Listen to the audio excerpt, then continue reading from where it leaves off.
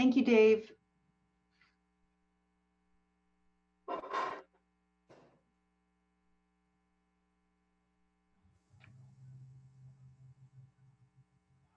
Hello and welcome, everyone. Welcome to our special council meeting for Wednesday, May the 20th. We're pleased to have you join us tonight. We have a special council meeting dealing with one item on the agenda, which is to talk about to get an update on the Orbit, Mobility Orbit workshop. So with that, I'll start the meeting if we could by just recognizing for a moment the loss of Captain Jen Casey from the Snowbirds.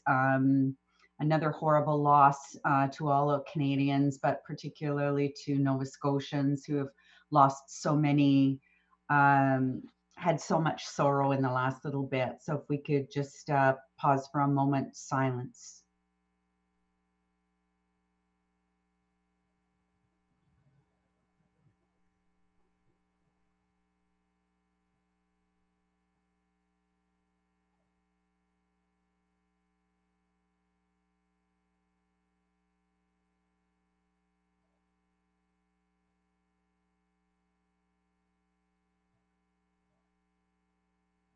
Thank you, Council.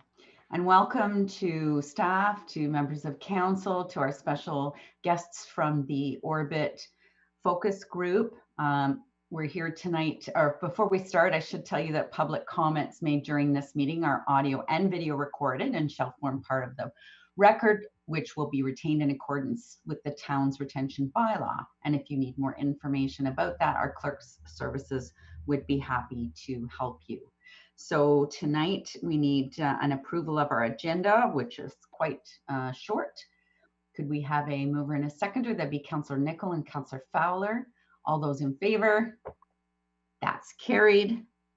And next, and I guess that's it. So next I would ask, there's no issues, should have asked for disclosure of pecuniary interests. Sorry, I'm all muddled up tonight. Any disclosures of interest? Seeing none, we'll go to our first business item, which is our workshop. And before we start, I see Mr. Josephson has joined us. Welcome, Mr. Josephson. And I would also ask, we invited members of our focus group to join us as well. So Mr. John Stillich and Mr. Ryan Hawkins, I believe, are with us tonight. If you wanted to turn on your cameras and join us for this part of the meeting, it would be very much appreciated. Thank you, gentlemen. Thanks for being here with us this evening. So, Mr. Kane, are you going to start the procedures? Yes, Your Worship, and good to see Council again. Virtually is just as good as the real thing these days, but I do look forward to being back in chambers at some point. I just wanted to set the tone and the stage for tonight and just a recap of where we've been and how we're at another exciting juncture in the Orbit project. So unlike the large splash of the overall vision that the Council endorsed unanimously in November, this is a bit more of an iterative process with respect to the station design, which, you know, I'm hopeful that it's easier on all of the heart rates for both Council and staff as we move through this large project. Since we last met in November, we started making that vision a reality. The town and Cortel Group have actively been working with their partners at Metrolinx in the county and the province, as well as a truly gifted development team, including Alex and Partisans, and we're grateful for that. And, you know, the idea was that we're looking for a station design that really sets the tone of where we want the Orbit to go and really ignites that vision that we've all endorsed and are working towards collectively at the moment. And we see the station design process as critical to that, and that first step to, you know, providing an anchor and not to overuse the analogy, but that center of gravity that we want to create for the mobility orbit moving forward. Also, Mayor, as you mentioned, a very special thanks to the resident focus group. We are privileged to have the two members here tonight. We certainly benefited from having their involvement in the Orbit visioning process. And by all means, for those that aren't there tonight, we'll continue to reach out with the other members to keep them updated. to close the loop and show how their input's been valued, and certainly get further input from them with respect to the orbit process. Regarding the orbit process, regarding the station design process, we are focused on that part at the moment. As we alluded to back in November, there is a wider secondary plan process, that looks at the bigger picture. In the meantime, though, there's an immediate need to focus on the station design process. And it's been an iterative process, as I mentioned before. So this meeting tonight is an incremental step as we prepare to come to council for your consideration of a final concept at that last meeting in June. That's what we're aiming for. And the idea of council's consideration and any direction you provide at that meeting in June will certainly be important for the project team and the Cortel group as they advance and initiate a much more detailed design process moving forward. As you can imagine, it's not every day we design something as complex as not only the rail station, but also that immediate development around it, which Alex is going to walk you through tonight.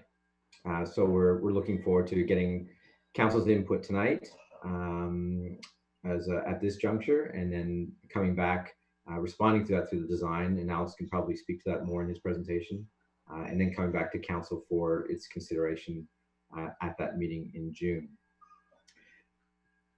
A lot has changed as well since that last meeting in November. The fact that we're doing this virtually is a clear demonstration of that. And as I mentioned, I miss being at Town Hall and look forward to when we can collectively start to make decisions in person.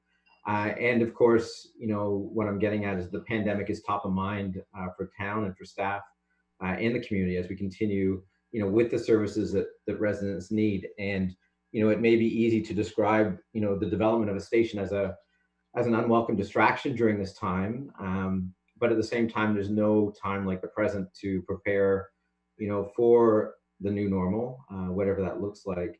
And also, having a station as part of that recovery sooner rather than later to support the community as we advance to post-pandemic world.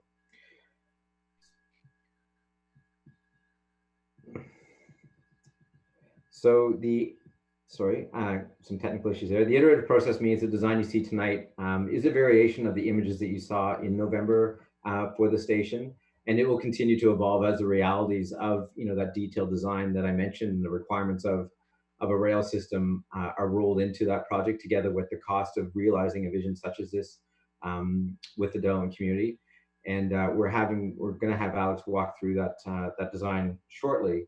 And as he does that, I'm sure there'll be some good discussion following the presentation. I guess I just wanted to set the stage by giving a few questions as potential guidance or for something the council to think about and the residents to think about as Alex is presenting. And there's three of them. The first one is, is there anything you're seeing in the design tonight that you would like to see incorporated that's missing into that final design? We have, as you may or may not be aware, we've had an online survey present since the release of the Orbit Vision back in November. There's been a large community amount of input that have gone into that online survey, looking for those design elements that they want in a station. And you're going to see that loop being closed in the presentation with Alex tonight, and how those needs and wants of the community have been part of the design criteria for the station. The second question is, how do you feel the design aligns with the Orbit Vision? And are there elements of the design that warrant reconsideration or strengthening to better implement that Orbit Vision? So, we think it's a fairly bold vision, not to oversell it before Alex gets a chance. But certainly now is the time to start thinking about at this conceptual stage what we need to create that ignition factor that we all want. And then finally, the station design is going to continue to evolve and respond to the detailed constraints and opportunities. But are there any features or amenities quite specifically that we want to see in that detailed design process? So you're not going to see things like the number of ticket machines tonight, but obviously the user experience is important. So any of those things that may not be showing at a conceptual level at a high level in the presentation tonight, think about it from the perspective of a user. and those things that you may want to see as you walk through that station in the future. So on that note, I'm going to pass over to Alex, and I look forward to some healthy discussion. Thank you. Thank you very much, Mr. Kane. Just before you start, I wonder, Alex, would you prefer questions at the end, or do you want council to interrupt? What is your favorite way of presenting? That's a good question, Your Worship. Maybe for the sake of it being a Zoom meeting, maybe it is probably better for us to wait until the end. Does anybody have any objections to that? Just given that it can get a bit complex with the way Zoom works with questions. That definitely works easier for me, because once you take over the screen, Mr. Josephson, with your, I don't have a full view of everyone. So so I'm quite happy to do that if with council's concurrence. Okay, thank you. Whenever you're ready. Great. Okay, great. So I want to again thank the mayor, Tim, Jason, everybody at the city, just an incredible team. The Quartel group has been an incredible client, and I think great team to work with. And what we want to show you is really our first steps towards what we think is one of the most important projects, especially post-COVID, that potentially the world will see in terms of city building. And I'm very excited to show you, and this is very much an in-progress presentation. You're not going to see images at anywhere near the kind of resolution that you saw the orbit final renderings, but I'm hoping to get real feedback from the gang online here, and we love Zoom now, so it's funny, our team is really galvanized around working digitally. I'm kind of liking working from home. I don't know how people feel about it, but but anyway, I feel like our office will become our clubhouse, and we'll go in when we feel like hanging out. But anyway, let's move on. Trisha's done a great job. I want to thank her as well. She's running the project on our end, along with a great team of 3 or 4 people with her. So I'm really excited to show you where we are. So the orbit, Innisfil. Next slide. Sorry, it's just a little slow. So this is the master plan, as you know, and without going into too much detail, the city's conceived on this idea of accessibility, pedestrian and automobile accessibility to the station in the middle, which really catalyzes the entire neighborhood in this incredible sort of gravity that's created at the center, where you have cultural, retail, as well as residential opportunities in really close proximity to a station that can be a center point and a sort of point of cohesion for a community that really is a series of hamlets, and to also, in a way, talk about how we manage development across the municipality within, like a more, I would say, intelligent way of handling density, gentle density, and some density around the station. Next. And also, I should mention the vision for the green line that is parallel to the tracks is something that's very important to us, and it's central to also the conception of the station. And you see all this in the renderings from the previous November unanimous council meeting, which was an incredible event in my life. Next slide.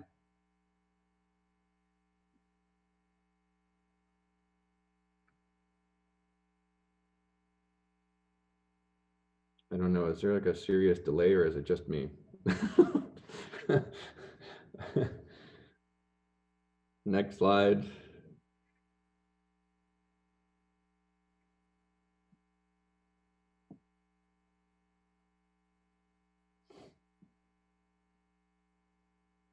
Okay, so I think what's very important to bring up today before we show you the designs proper is we are living in a new world.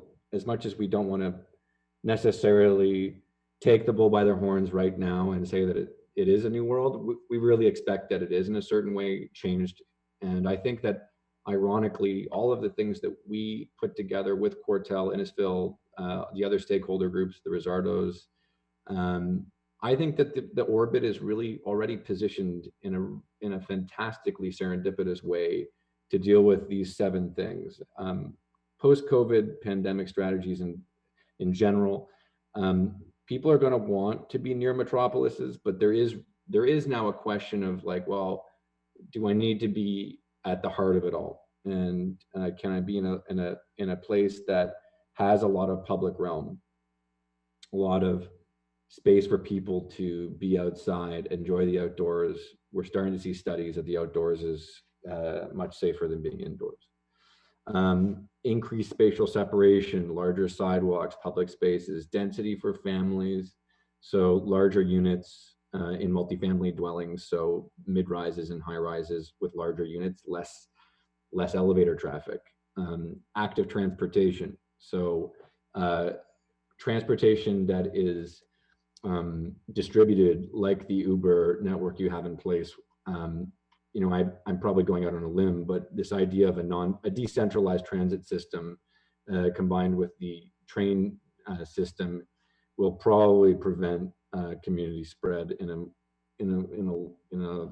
more kind of trackable way. You already have a community health center, but we're also talking about the proximity of the orbit to other health centers as well, and obviously proximity to nature and being proximate to the lake. So these 7 things, along with technology, of course, are sort of this part of the central discussion, by no means complete with respect to how post-COVID pandemic city building strategies are sort of going. But I put these in front of you here today because I think that a lot of these things have actually been touched on in the design that we have in place today already. And I think that's due to the kind of nature of the history of the precedents we've looked at. Those precedents aren't really in this slide deck, but the Garden City, which is what the orbit's based on, designed by Ebenezer Howard in the 19th century, you know, is really a response to pollution and pandemics. And the idea of it was about health and public safety, and this idea of a concentric city built around this concept of the garden is just an amazing coincidence that, you know, this has happened. So, I mean, my heart goes out to anybody who's obviously suffered in the pandemic that we're experiencing. I know that my business has suffered, but luckily my family's safe and healthy. But anybody out there that hasn't been so fortunate, my heart goes out to you. And hopefully we'll build a community where, you know, we can prevent the worst from these events moving forward. So let's jump into it. We have engaged an incredibly, I would say, deep consultant team, and Quartel has been spearheading this. It's just been incredible. Everything from traffic engineers to structural engineers to art and cultural advisory to, you know, there's just a whole team of engineers, some of the best companies in the country, if not the world, AECOM, for example, Greenland, Quadrangle, all working at really quantitatively analyzing the different options we've had in place with respect to Metrolink's requirements. And if you see this, this is like going to make your eyes bleed, but it's really important for the community to understand that all of our design decisions at the top, such as number of platform and location, so you'll see side platform, center platform, entrance to the station, off 6th line, at parking grade, you'll see all of these design options at the top for each of these items: bus loop, crossing condition, bridge infrastructure. We've actually scored all these across several metrics. And I think it's very important for the community to see this as well as council, because we've tried to quantify what's normally qualitative decisions. And it's been an amazing experience. It's taken a lot of time. Trisha's probably, had sleepless nights collating all this stuff, but we want you to know that the decisions we're making are really trying to be informed by fact and expert opinion. So I'm not weighing in on 70% or 60% of some of these things, but AECOM is, for instance, very interested in, transportation planning, same with LEA. So we want you to know that there's an incredibly robust team behind this series of strategies we're showing you today. Next. We've also been listening to a number of city staff as well as the forum online, the website. I would say that we've worked on a bunch of projects that are public, and the engagement on this has been incredible, and the depth of expertise among city staff as well as some of the city councilors, it's just a different world from what I'm used to working on in Toronto. And I think you guys are so lucky to have the community you have, and the the team that leads the city as well. So, in respect to the conversation, parking, infrastructure amenities, parking, seating, indoor space, it's kind of fascinating how parking ranked so high, especially when parking is going to become more and more of a kind of question as we get into the realm of autonomous driving in the future. So managing parking in the future without hindering the short-term realities, which is that our communities still use cars, and many of those people will need to get to the station, for example, in the first phases by parking. So we've got a minimum of 600 parking spots we're talking about in the first phase being planned, if not more, and room for more. Community and entertainment. Food and restaurants ranked really high, and I agree. I think that, what an amazingly diverse community Innisfil already is, with the, so many different European backgrounds, but also Jewish community, Muslim community, really more and more diverse, especially if the first phases of orbit are rolled out. So how can Innisfil be a kind of magnifying glass for those amazing cultures and their food and traditions? Retail options, bringing in independents, for example, that really define the community is something that I think is really important, and that came up in the conversation. Entertainment and daycare, of course. And even though daycare is really small there, I think, it's going to be fascinating with, post-COVID, how daycare is going to sort of play into things. I think that what COVID has highlighted it so much is that without having extended family to help you with your kids, the need for daycare has never been more glaringly obvious. So I wonder if that has changed since COVID, but I'll leave that at that. I can't hear anybody laughing, so who knows, or crying. Culture and health. Typically culture is defined by art galleries, public art. I think that it's great that the community sees it in a very different way. This is an active outdoorsy culture. These are communities with a lot of athletes, people who enjoy being outdoors. And so parks and playgrounds and trails really rank much higher than what, the typical concept of culture is, which can be sometimes a bit narrow, like, oh, we need an art gallery.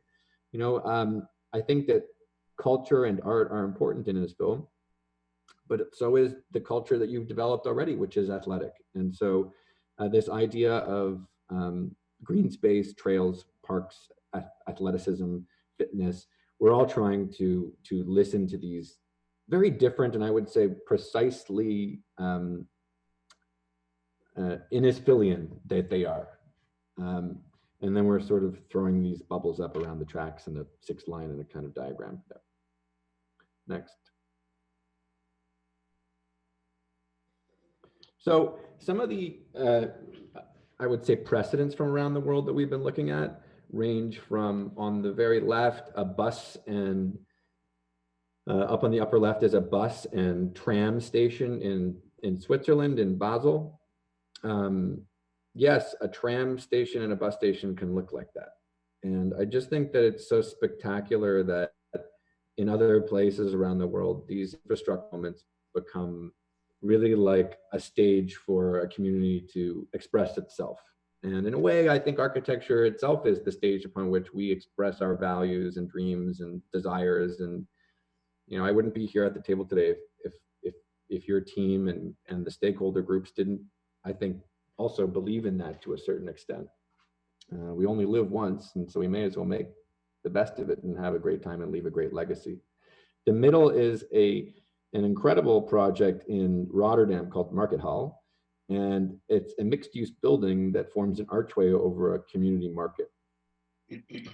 And the right-hand side is images really of how infrastructure, things like outdoor trails along a riverfront, in this case in Hamburg, can really become beautiful in their own right and sculptural in their own right.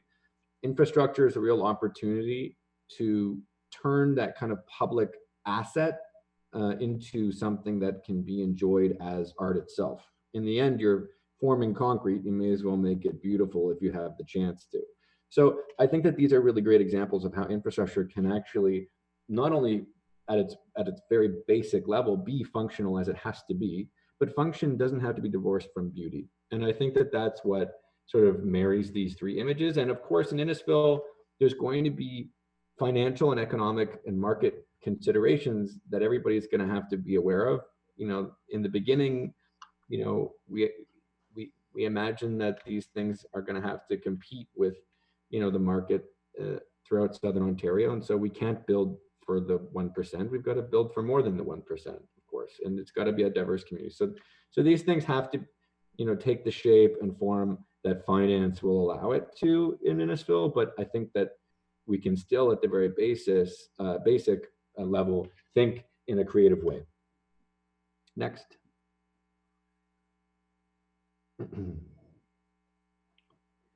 Site and context. So the site, just so you know, Tricia, if you can point out the center there with your mouse.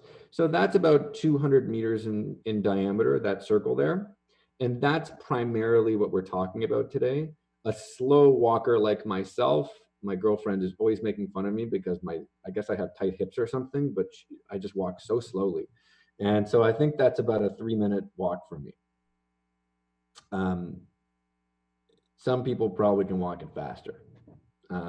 It's 100, you know, it's not a huge distance, and it's important to get the sense of scale that circle in the middle represents, and that's where the station will be in the first phase of construction around it as well. And then once you move out, you get to the 400-meter radius, which is about a 5-minute walk.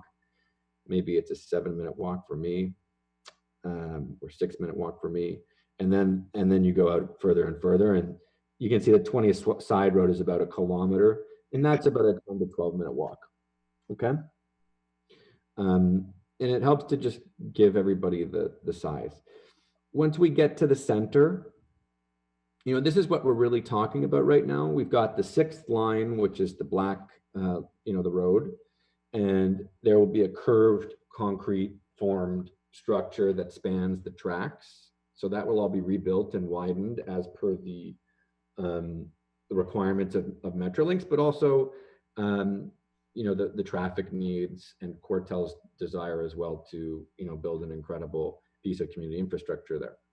The lands around it, all owned by Cortel as well, are being highlighted, as well as setbacks required by the rail lines, temporary surface parking starting to be denoted for approximately 600 spots, but this could also be expanded to these other gray pads in the future. So at the very bare minimum in the first phase, you'd have close to 1,000 spots, 600 spots, plenty of parking. We're indicating the tracks here. We're showing the sort of what you get is these 4 lobes of property adjacent to tracks. And then Sleeping Lion is essentially an existing development to the east side in the red dotted line.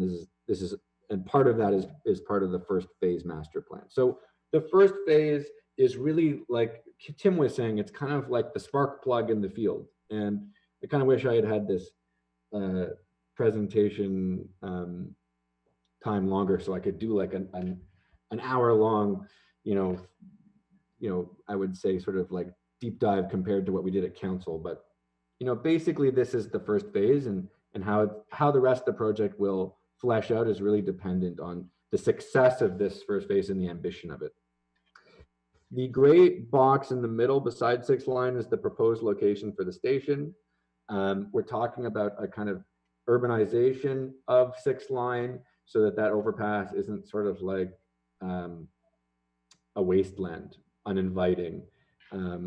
How do we make the center of the community at 6th line the point of focus of the community rather than a place where no one wants to be? How do you make the station more than just a station? How do you make a station into a platform for your culinary culture and retail delights, as I like to call it?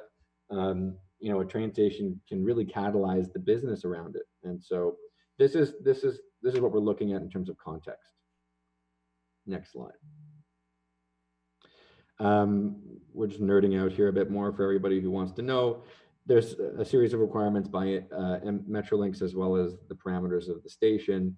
There's going to be 3 tracks, one in the middle for passing, and then 2 side platforms, underground parking potentially as part of larger projects adjacent, but not necessarily required. And then an 8-meter clearance for future electrification of the tracks. And I think it's very important because once it's electrified, the sounds these trains make will be significantly less. Right now they're diesel trains and they make some noise. And then you see the cars above. And then the station is meant to sort of, there's big grade changes on either side of the east and west of the tracks. And if Tricia changes slides, next slide, you can start to get the feel of that. But basically, the station is acting as a way to cross the 6th line, meet the tracks, bridge, and also create a kind of poetic experience. We showed some of these images. These are sort of like these whimsical images of the Ponte Vecchio with, instead of a river, it's got a GO train. Why can't our bridges be programmed? Why can't our infrastructure be programmed like the way the Ponte Vecchio was? Next slide. Or an auto grill, for example. Next slide. So right now, one of the sort of early party images of the project was this sort of incredible development at the center of the community. And this was a sketch from a long time ago with a mixed-use building that's surrounded in a circle and a station in the middle. This is just really a digital sketch. Next slide.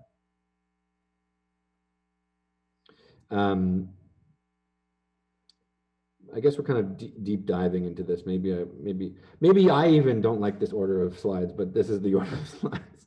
So if you were to imagine looking at the tracks here in the middle, what we're showing right now on the left side is a bus loop with a potential mixed-use building built like almost like the if in plan, you see these in plan here, like the Flatiron building in New York in a way, these sort of beautiful triangular shaped buildings there on either side, with a car drop off on the east side, on the right side of the page, and then the bus drop off for the station on the left, the west side. And you can see the buses kind of dotted in here.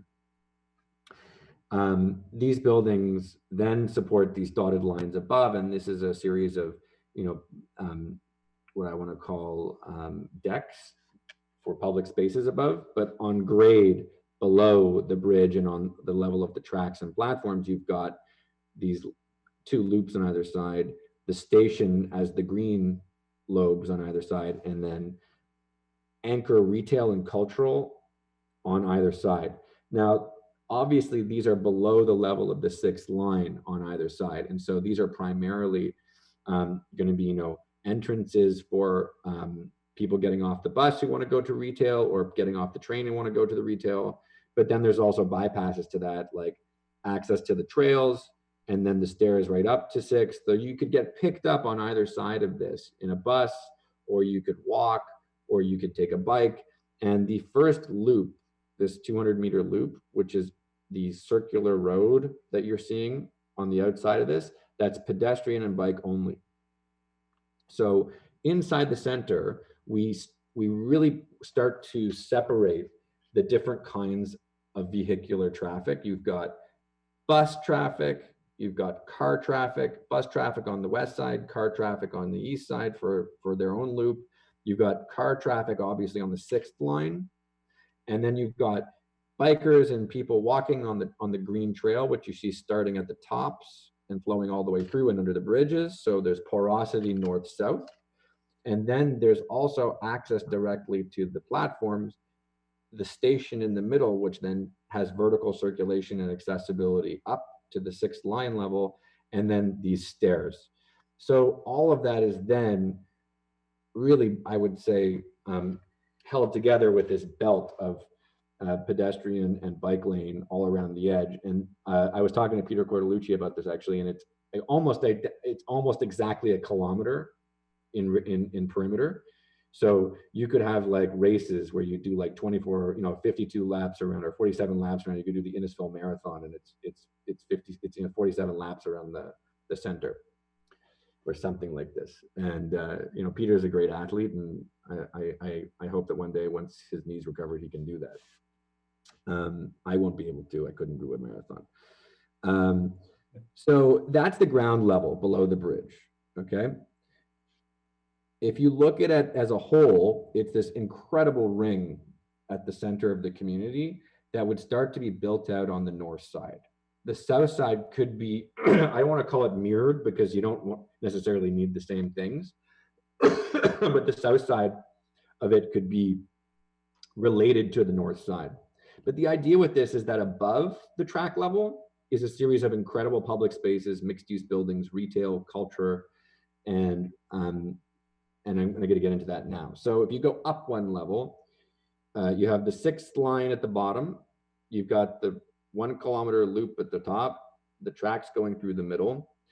And then you've got the green, which is the station on either side. And then what we've got is this series of beautiful buildings in plan that are starting to create this idea of this circle, the center of the city. And so we've got retail as well as residential lobbies. And then we've shown a library or cultural space on the east side. But we really think that, again, for this community, what is culture? I mean, it could be a giant gym. You know what I mean? It could be a whole series of different things. There could be a giant climbing tower in the middle of this public space. I think that the idea of culture being a much broader idea than normally spoken of is a real possibility on this project. And so we're really open to that idea and that conversation. These beautiful plazas in front of the buildings that face the station lobes on either side, an oculus looking down into the tracks from above. And, this idea of these two spaces, if you were to compare them to Dundas Square, for example, in Toronto, these are about a quarter of the size. And for a community your size, that's an amazing kind of scale and opportunity for performance, public gatherings, you name it. Could also be a place for more sports. So we really see this as an opportunity to catalyze the community and create a center and a place of gravity. Next slide. And again, you start to see what that looks like from above. You could have the wings that you see at the top that look like wishbones. Those could be just basically like beautiful canopies over the platforms that actually could come to the ground along the green line, and you could actually walk on top to get up to the public spaces. And you see how the stairs on 6th line get you down in beautiful ways. So it's really a series. It's almost like a pinwheel of like an amazing urban, like statement for a place that is really going to redefine what rural is with density. And I think that it's an incredible opportunity not only for the team that's working on it, but for you as a community to come out and say, well, this is how great cities in the future are going to be designed, and it's all about the middle, right? How are we going to design for these? We talk about in Toronto all the time, like how are we going to get the missing middle, this middle density? And Innisfil can be the model for how to really build this middle density. Next slide. here are some of the examples of some of those public spaces. So Young Dundas on the left, Nathan Phillips Square, which is enormous, of course. But Young Dundas is 4,000 square meters. We're talking about two plazas in the last slide that were about 1,200 square meters and 1,800 square meters. So, there's a lot of, what's amazing is that the spaces we're providing, I think, will create a lot of opportunity for the community to grow and to fill those spaces out and to program them. Cloud Gardens in Toronto as well. So these are sort of Toronto precedents, but we don't just look at our navels. We like to look abroad. Can't just look at Toronto. Love you, Toronto, but you don't always the best. So we look over the places. So there's Silperkillen in Copenhagen. There's Maggie Daly up there, and also a beautiful park being built in New York. I mean, I could go on and on and on with the precedents that we're looking at for you guys. And a lot of these also, by the way, are in places where we have the same climate. Copenhagen and Toronto have a lot in common. It's a little more temperate in Copenhagen, but they get a lot of snow. And so I think they're really good examples of how we can learn from places other than, the typical, which is like Madrid or Barcelona or these favorite cities like Paris. It's good to look at those cities, but, we've got to look at the places that are cold too. Next.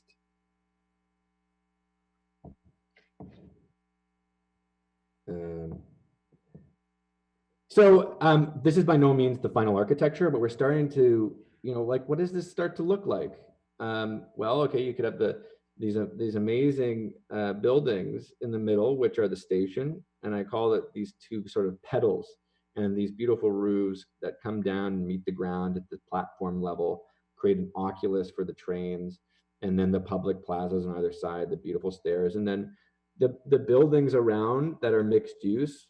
The programs within those, I think, are also something that Cortel and our group are still, trying to figure out, but primarily residential, of course, providing the potential for mid-rise. You're talking 8 to 14 stories potentially, with maybe the opportunity for 1 or 2 high rises. We don't know yet. We're still playing with it, and by no means are these the nicest buildings we've ever designed. We're just sort of playing with fancy building blocks right now. So we're going to be working on this a lot in the next little while. But I think what it is a statement as to what this community is capable of doing if it thinks boldly. And I don't know of another train station mixed use development that's developer driven in terms of transit that's ever looked anything like this in the history of our country, really. And I know that other communities around the country can learn from you guys and what you're doing here. Tricia, do you want to keep on going with this? So here are some of the potential programs. The station, again, green in the middle for go, and then residential in orange, potentially office. It's funny, 2 months ago, people probably would have said, "You're crazy, Alex. Office in the suburbs isn't going to work." I'm like,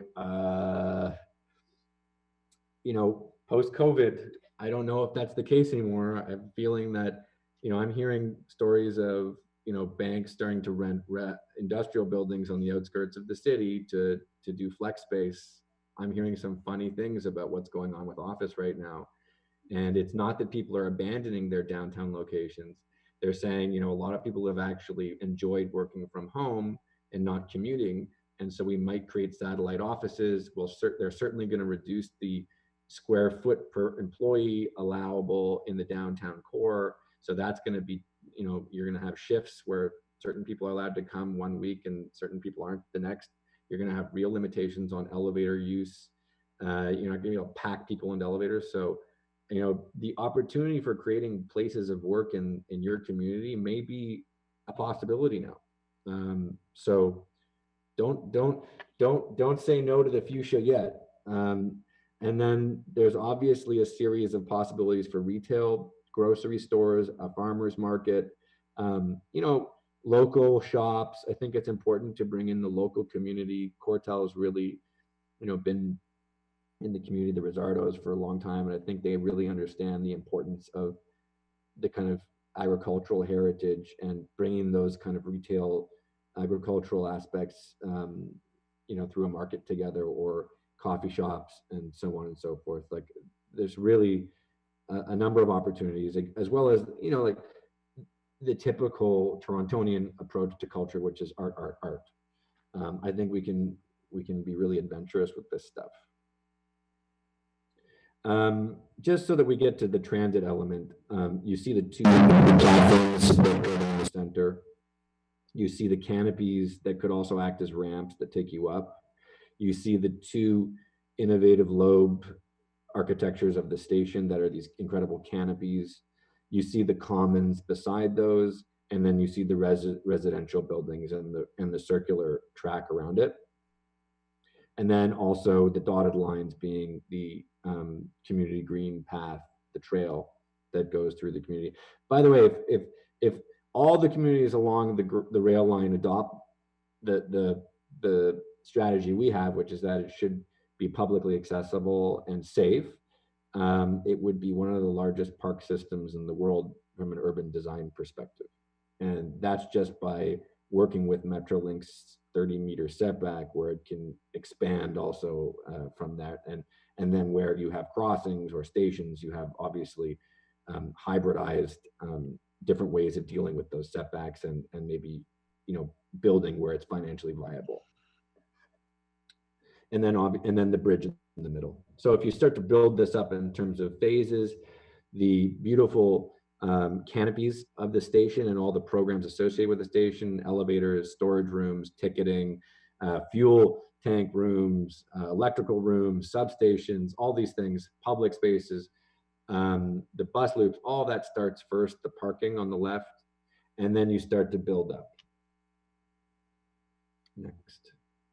And then finally, what would happen if the entire center was developed in a kind of, right now we're showing it symmetrical, but there's no reason it needs to be symmetrical. It can be something completely different on that side.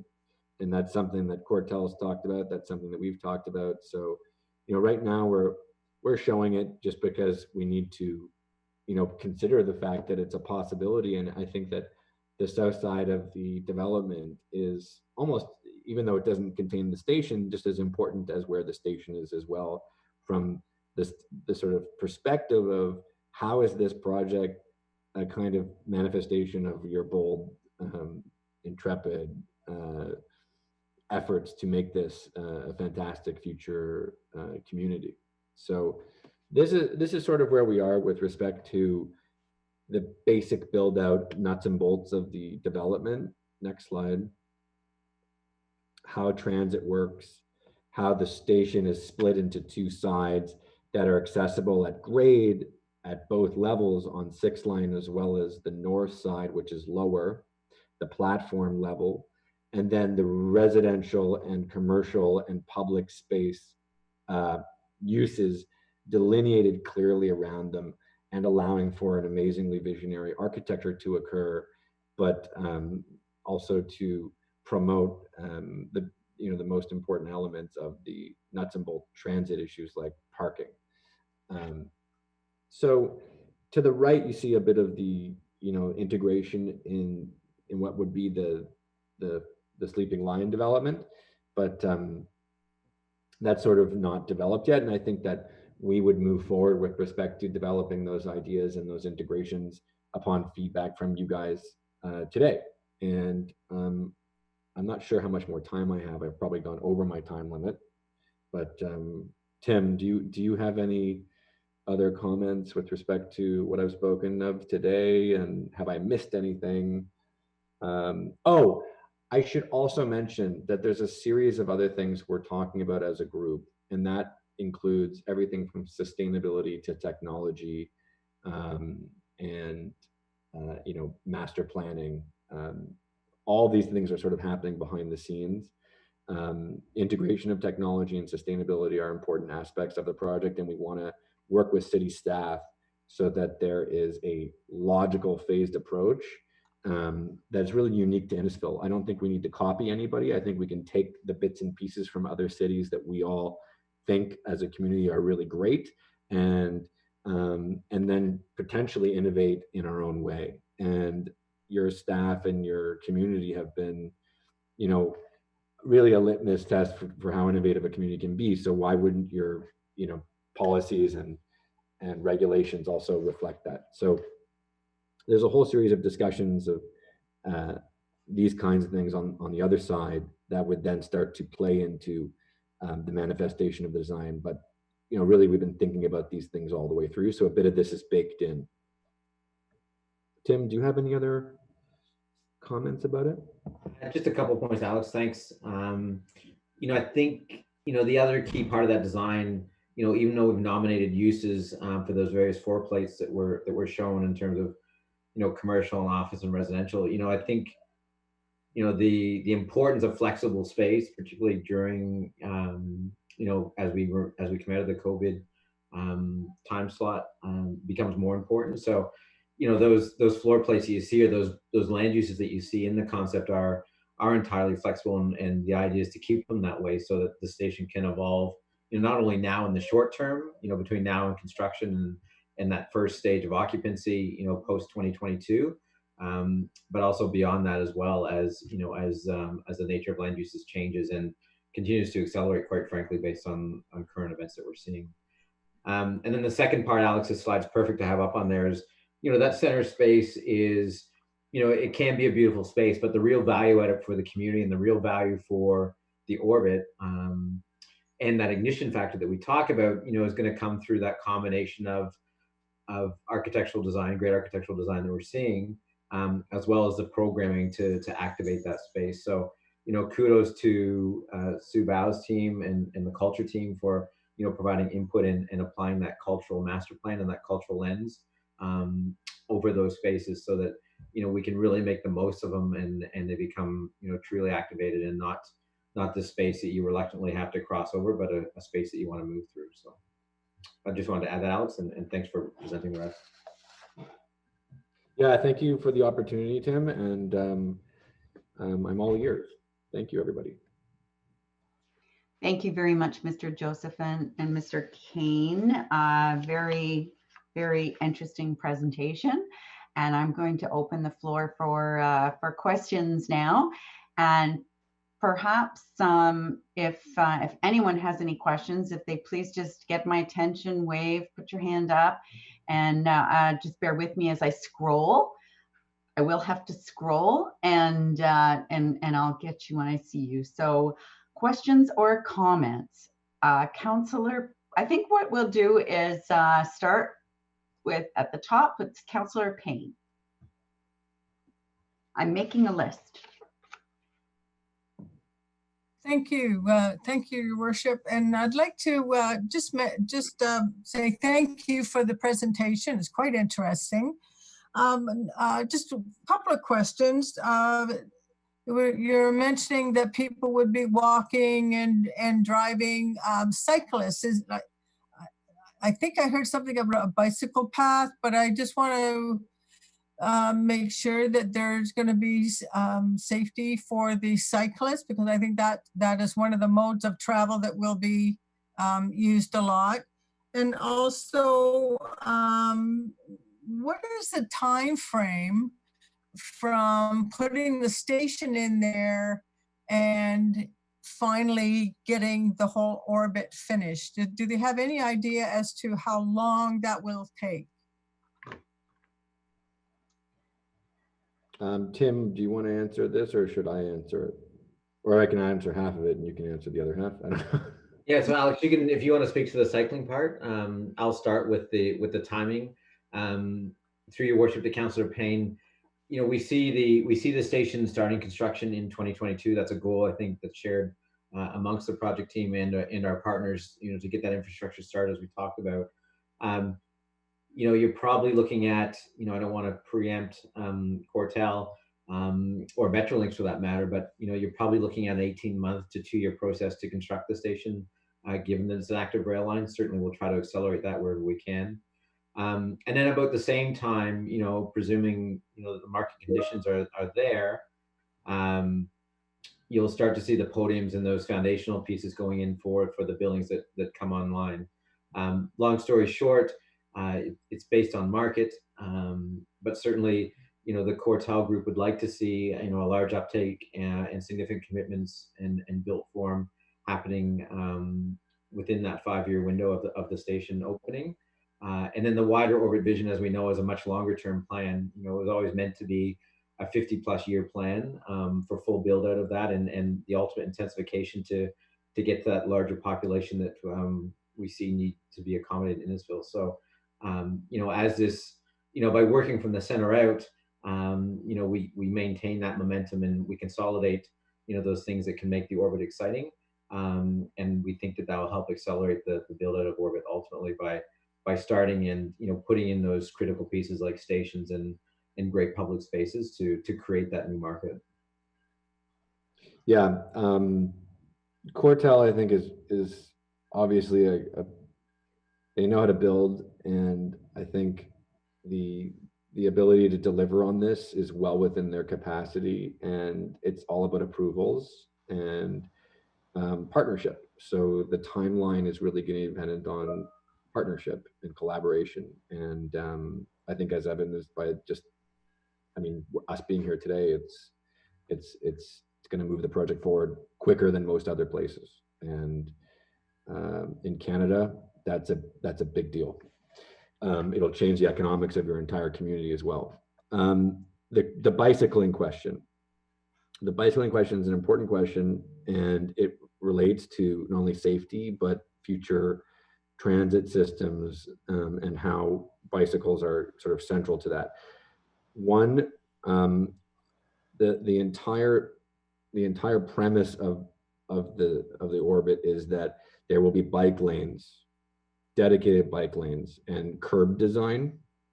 And I think that curb design in general, which includes sidewalks, public realm, you know, sewage basins, these kinds of things, is also related to bike lanes, their position on the street.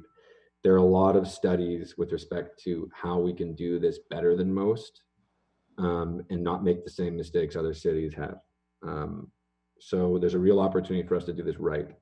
So one, we thought about that in the orbit vision, and if you look at the orbit vision renderings, you'll see that there's dedicated bike lanes and larger sidewalks and a whole bunch of different things, but we need to give better resolution to those things as we get going, and I agree with the councillor on that issue.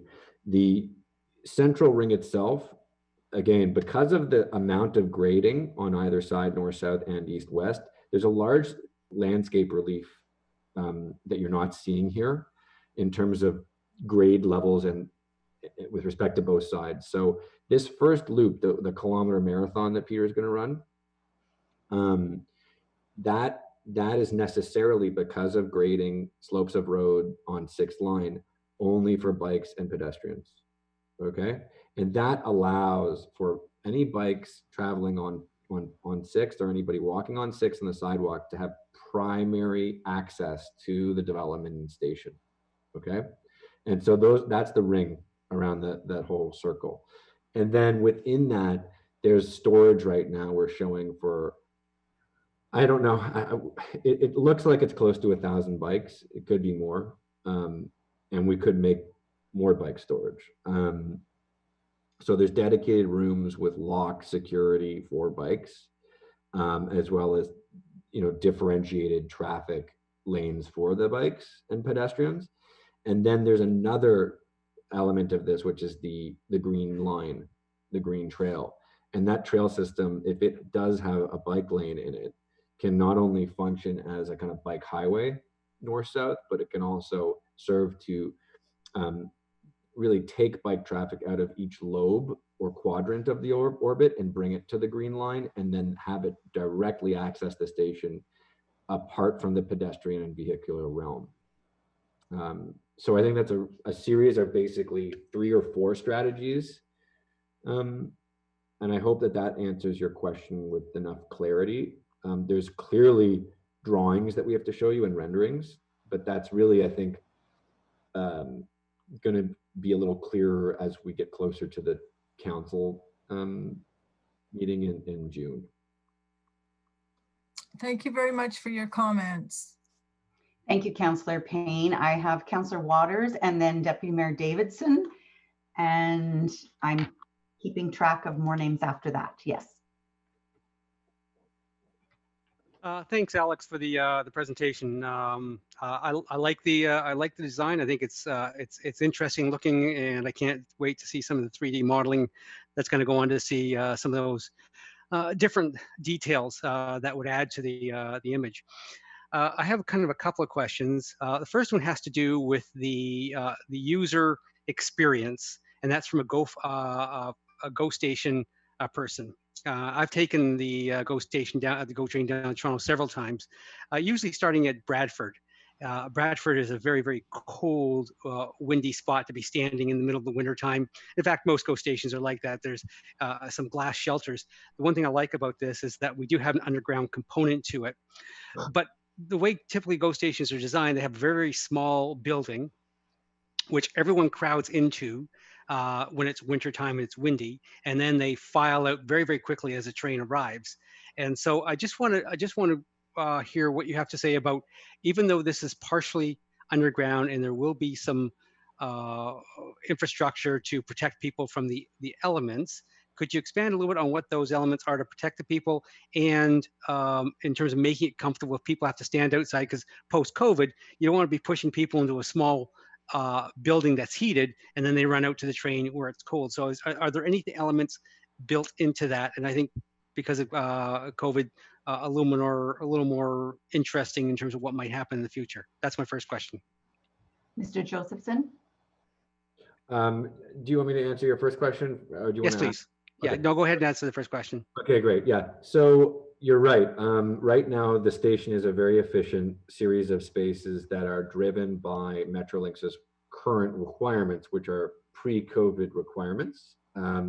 However, we've really given both sides of the track, I would say, equal weighting in terms of the amount of space for people to wait in, as well as given space to wait in on 2 floors that are both accessible with elevators. So there's more space to wait in than I would say any typical Go station, as well as much more shelter with respect to what you've referenced already, which are the decks above that are supported by the mixed-use buildings, and then the canopy wings that travel outward. Will there still be an issue with the Canadian winter, even though there's global warming? Yes, it'll still be an issue. The question is, and this is something we should bring back to Cortel and Metrolinx, will this be, an issue later when there's higher traffic and more dense transit usage? Will you need a secondary waiting pavilion potentially to the north at the outer edges of the platforms? I think that this idea of potentially a distributed series or phased series of heated pavilions or shelters at either end of the platform is a really interesting idea and problem to solve. I think that in the short term, we probably have COVID-friendly spaces given the densities and usage throughout the day for the line. But I think you start to get into a problem once you get past the 5, 10, 15-year mark. And the question is, will pandemic planning be relevant then? I don't know. And I think that we have to bring these conversations into the mix. But I certainly think that with respect to the other Go stations that are created, this is like a cathedral of transit versus a kind of like, parking lot sort of separated by an overpass or a tunnel to a platform to a ticketing booth, right? It's a much different way of dealing with the infrastructure. So I think that there's an unprecedented amount of shelter here. In the short term, it probably is enough to deal with COVID. In the long term, if it's still an issue, it would be something we'd have to discuss and investigate further. So I think it's a great question. Okay. Thank you. That's kind of good to hear. As long as the opportunity to expand and change things over time is possible. The other question is in terms of Go Station, in terms of who owns it and who operates it. And the reason I'm asking this question is from a sustainability point of view, is that depending on who owns a building, they're either interested or not interested in the cost of upfront in terms of sustainability elements. in terms of energy efficiency. So if somebody's going to own it and operate it, they're interested in the long-term costs of operating that facility. And so they're willing to put in, upfront costs, which will make the facility that much less costly to operate. So from the point of view in terms of who owns and operates, this is really quite important. So that's why I'm asking the question in terms of, will the partner, whoever owns this, be interested in putting in those sustainability elements, specifically around energy, up front to see the long-term benefits in terms of operational costs reduced? Thank you.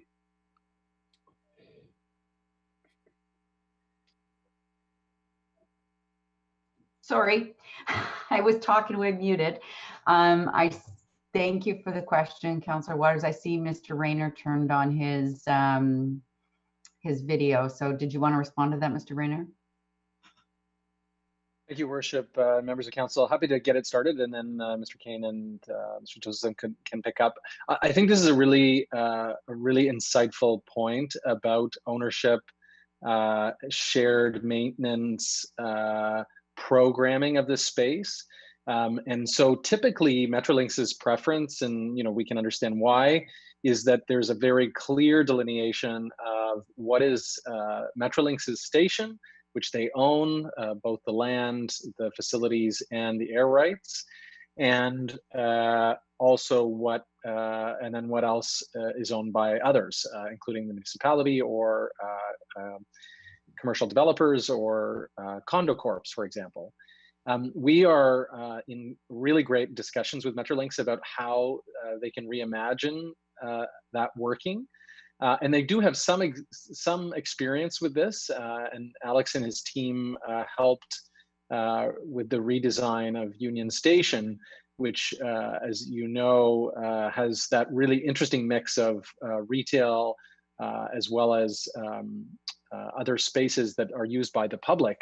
And so we're in those discussions with Metrolinx right now about how can we make sure that spaces are fully utilized. So, you think of the parking lot, how can that be a farmer's market when it's not being used as a parking lot?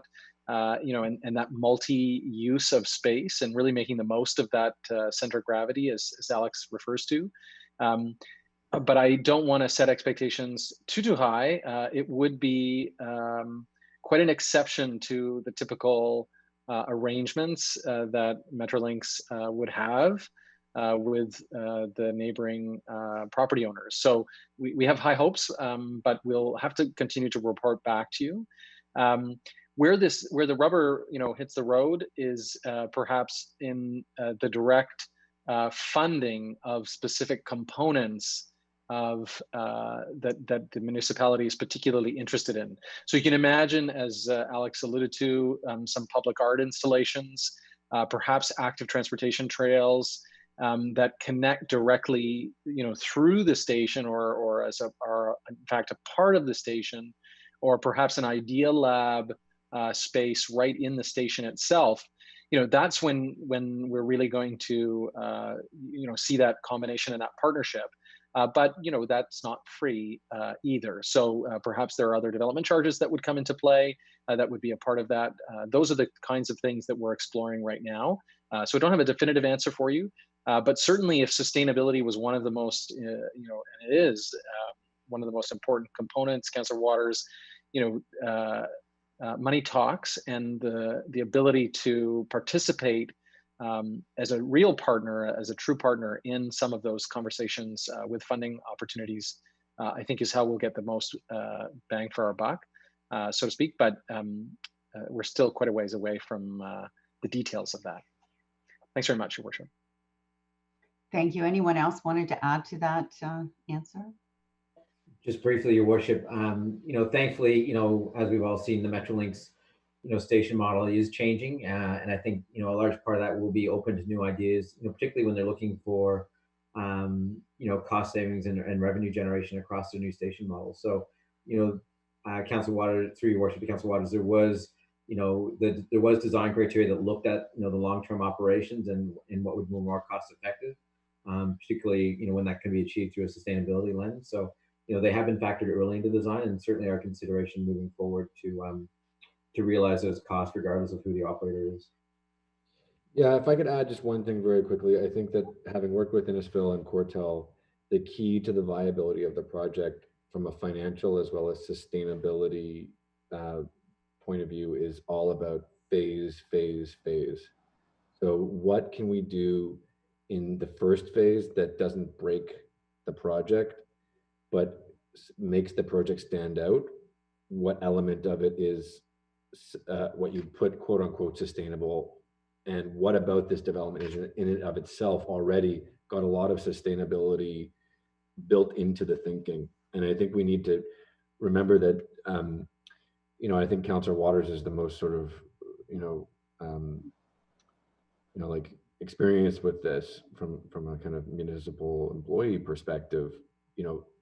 How do you phase in the most ambitious sustainability goals while not breaking the viability of the project in the short term, while being responsible to the community that we all want to, do the best for?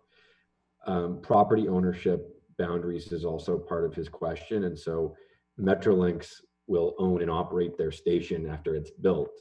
And so the spaces around it are designed to be separate from Metrolinx, so that exactly what Mr. Rayner was saying is possible, where the benefits of the traffic of the station are felt by businesses and cultural programmers in the immediate orbit target center by the spaces we create around the station, and encourage people to walk through, travel through, park near, park in, and shop in. So I think that sustainability is we have to have, I've talked to Cortel and Innisfil about this. We need to have what you might call like these, within the larger group that we have now, we have to have a series of smaller, I would say, expert focused groups in a way, not focus groups, but what you might call like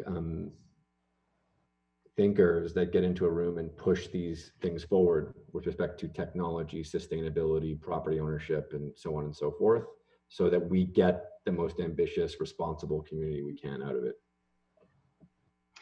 Thank you very much. Deputy Mayor Davidson. Thank you, Your Worship. Actually, my questions were just answered there, so I appreciate it very much, Alex. Thank you. Great. Next, I had Mr. John Stillage. Hi. Thanks. Thanks for letting me participate with this. Can you hear me all right? Yes. Can you hear me? Okay, good. Lots of good stuff here. Lots of work been done, and I hope this all turns out the way it's supposed to turn out for the people of Innisfil.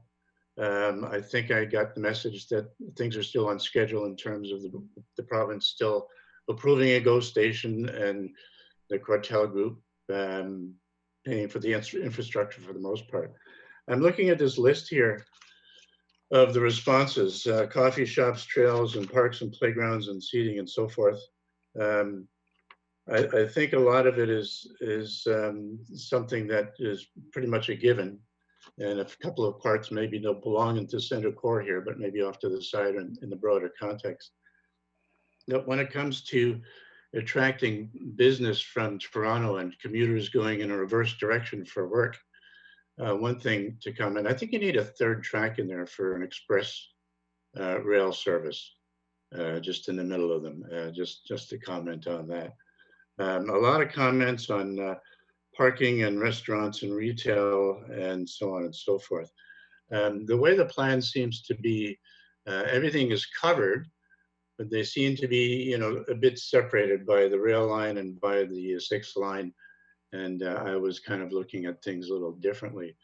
I've been to Europe several times. I don't know if you've seen the piazzas of your, Piazza San Marco, the plazas in Germany and Berlin and so forth, and everywhere, the plazas. Something that is a center that everybody wants to go to, not just the commuters. And I think you've tried to capture that with the cultural aspect of things and entertainment aspect of things. On the premise that this is still in flux, I'm just going to throw something out that's different. I assume, though, that the Cortel group will want to start building their north towers fairly quickly in order to generate some revenues. But in terms of all four over time, this is just a vision, but here it is. Have a piazza connecting all four of the towers. Right now, all you've got is a small connecting structure between the two north towers and the two south towers. And why not have a piazza above the roadway, which would be 2 levels above the tracks, where it's similar to a European model, where everything is there, all your restaurants, your cafes, your fountains, your benches, your artwork, public art, everything is there, accessible fairly easily. And in the process, you're completely covering and climate controlling the station and the platforms as much as you can anyway. I've been to using the rail systems in Europe. I mean, here we're like in the dark ages. I mean, I'm glad that Mr. Josephson and company are looking at it a lot more differently, and they've put up the pictures of what people are doing in Europe and so forth. And I think that's important. But something that is very attractive and not so segmented, a plaza, piazza, Platz, as they say in German. Sounds like something like Rail Deck Park in Toronto, but not quite on a smaller scale. But something that is cohesive, and everybody would, given the amenities that would be there, easy access, would be attractive. Retail options, foods, restaurants, all that kind of stuff. Parking, sure. To begin with, along the outer rim of the central orbit, eventually, hopefully, the parking requirements don't increase; that they decrease. Better bus services instead of just Uber, and I suppose if you want to get rid of those parking spaces and move to something a little more space saving, have multi-level parking garages to the north of the north towers and to the south of the south towers connected to the station. I guess I'd like to get some feedback on that. I mean, it's another vision. There's been a lot of work done so far. I see Alex is slouching there, saying, what is he trying to do? No, not at all. I'm not saying that at all. Okay, good. He's Good. scribbling. He's In fact, scribbling. I'm scribbling what you're saying. I'm scribbling what you're saying. Thoughts. But if you go to Europe, to any even small cities, I mean, that's the place to be. Central Square, where everything is surrounded by it. Yeah, I think. Sorry, I don't want to cut you off. So. No, go ahead. Go ahead. Back and forth. Yeah. So I think I was lucky enough to live in Rome for about 5 years, and like if we could have those kinds of public spaces in Innisfil, it would be. I think you were talking about attracting people from other communities to live here and work here. I think that it all starts at the piazza, and what we're really envisioning is a piazza split in two here, but they're actually quite large, the public spaces that result of it. I'm not defending necessarily what we've got in terms of exactly hitting what you're talking about, but I guess, like the idea of eliminating the road that bisects it creates a kind of economic context that may not necessarily be feasible, where you're creating like vast structures to create. The piazza would be a level above the roadway. Yeah. So my question is, how can we hit what you're talking about, Mr. Stilic, with respect to the piazzas we've created here? Something I've been playing with the office is, do these buildings actually have like a hole in them, and do they go over the road? Like, can you create shelter and also access with cars, but 1, 2, 3 main spaces potentially, or 4 main spaces. These are actually quite generous, these connections between the two sides. They're not these minuscule things right now. They're cost effective, and they also make them feel whole. But we're trying to do what you're saying. Do we do it perfectly? I don't know. I mean, like, is any project perfect? I don't know, but I think that you're right. You know, we're trying to bring some of these ideas of the piazza to the site while recognizing there's certain contexts. And at one point we had talked about putting the road below the tracks, but we also looked at the conditions that result in that kind of tunnel like system that you get, and it would just be a lot of subterranean, and we're trying to create a balance between the subterranean shelter versus, you know, like the, you see, so I think you're right. You're like honing in on the thing that we're trying to do, and you're like, well, why does economics matter? Just do it completely. Not at all, not at all. By the way, call me John. Yeah, I mean, I would assume that in some kind of a plaza or piazza, you would have glass glass covered openings, much like, you know, in the center of the Louvre, the entry to the Louvre and so forth. And I mean, every train station in Europe of any significance has that glass roof. That's really, really marvelous. Thanks. Yeah, I think we could. I think we could. Sorry, go ahead, finish up, and then I'll go on to Councillor Fowler, and then we'll circle back to you again. Sure. I just wanted to mention there is a third track. That was one of his questions. There is a third track. Oh, good. Okay, good. There is an express track. Great. Thank you so much. I really appreciate the time that you've taken to give those thoughtful suggestions. I'm going to go to Councillor Fowler and then Councillor Nicol, and then we'll circle back to anyone who wants another go. And Councillor Van Parkel. First of all, love the presentation, very well thought out. Love the detail. There's some things that came up though that caught my attention. First one being a bus drop-off. You mentioned, I believe, in the northwest lobe, there is going to be one side is going to be for vehicles, the other one's going to be for buses. I was just wondering where the mentality for that is, considering our current transit system. Are we thinking long-term when the city grows, or what's the mentality behind that? The 600 spots for the underground parking, are we able to, like, let's just hypothetically say that this area booms and that we don't need any more vehicles because people have a habit of driving 15 minutes south as opposed to 5 minutes north if it gets them closer to a GO station. I've seen that in the past. So if we get this established, people move in, people walk in, they go biking, they go walking, they go to the station that way. Is there a way we can use the underground parking for alternative stations, uses, measures? Has that been thought into the effect? And lastly, the residential area in the northwest again, you made mention of an open concept with the markets inside, like Rotterdam. Rotterdam really spoke to me, but when you went to the three-dimensional diagrams, are those the base models of the buildings that are being built, or the towers, or are we going to be getting something a little more detail-oriented along those lines? Alex?